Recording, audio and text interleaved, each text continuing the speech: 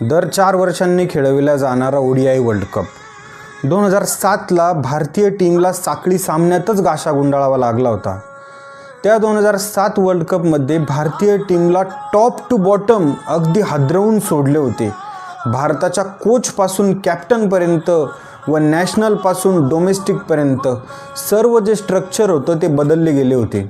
अनेक खेळाडू जसे की राहुल द्रविड, सौरव गांगुली, अजित आगरकर, धोनी आणि नौखा इरफान पठाण यांच्यावर आता पुढे वनडे खेळता येईल की नाही याची देखील टांगती तलवार होती।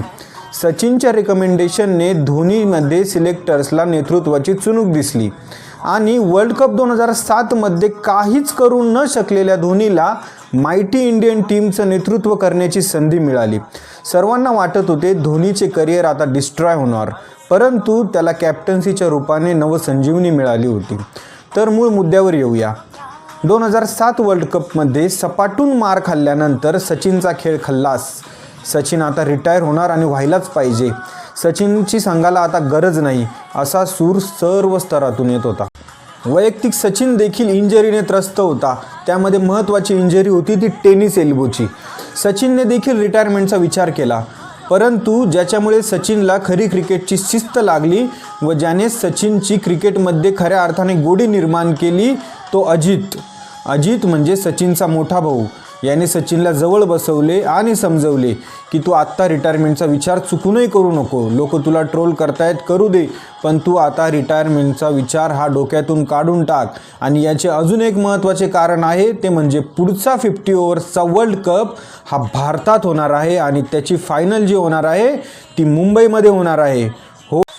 होय मुंबईत, त्याच मुंबईत ज्या मुंबईमध्ये तुझा जन्म झाला, त्याच मुंबईत ज्या मुंबईने तुला क्रिकेट खेळायला शिकवले, त्याच मुंबईत ज्या मुंबईत आचरेकर सरांच्या हाताखाली सचिन घडला आणि त्याच मुंबईत ज्या मुंबईत सचिन नावाचा साधारण मुलगा आज अवघ्या क्रिकेट विश्वाचा देव झाला।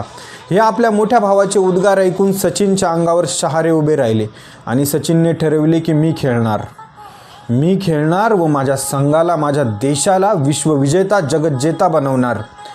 सचिनने हा वर्ल्ड कप खेळायचे ठरवले। फक्त सचिनच नाही तर जणू संपूर्ण देशाने चंगच बांधला होता की 2011चा हा वर्ल्ड कप खेळायचा तो फक्त सचिनसाठी आणि जिंकायचा तो संपूर्ण देशवासियांसाठी, प्रत्येक क्रिकेट प्रेमीसाठी। तसं बघायला गेलं तर क्रिकेट हा सांघिक खेळ आहे, हा कोण्या एका खेळाडूचा खेळ नव्हे।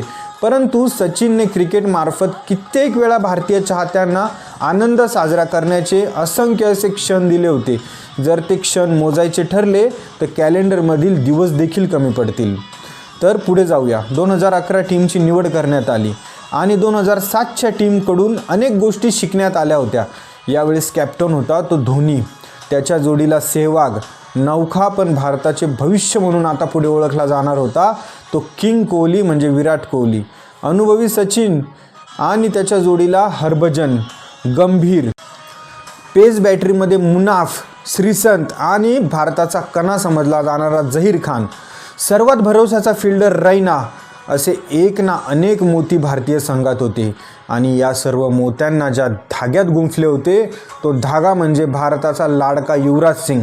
2011 वर्ल्ड कपचे वेळापत्रक जाहीर झाले आणि भारताची पहिली मॅच होती बांगलादेशसोबत।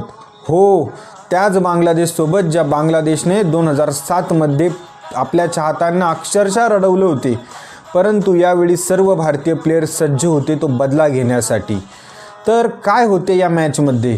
भारतीय खेळाडू 2007चा बदला घेतात का? सेहवागची बॅट तळपते का? भारतीय चाहत्यांना आनंदाचे क्षण मिळतात का? सचिनचे स्वप्नपूर्तीसाठीचे पहिले पाऊल यशस्वी होते का? या सर्व गोष्टी आपण बघणार आहोत। तोपर्यंत स्टे ट्यून। धन्यवाद। थांब अजून एक केलं।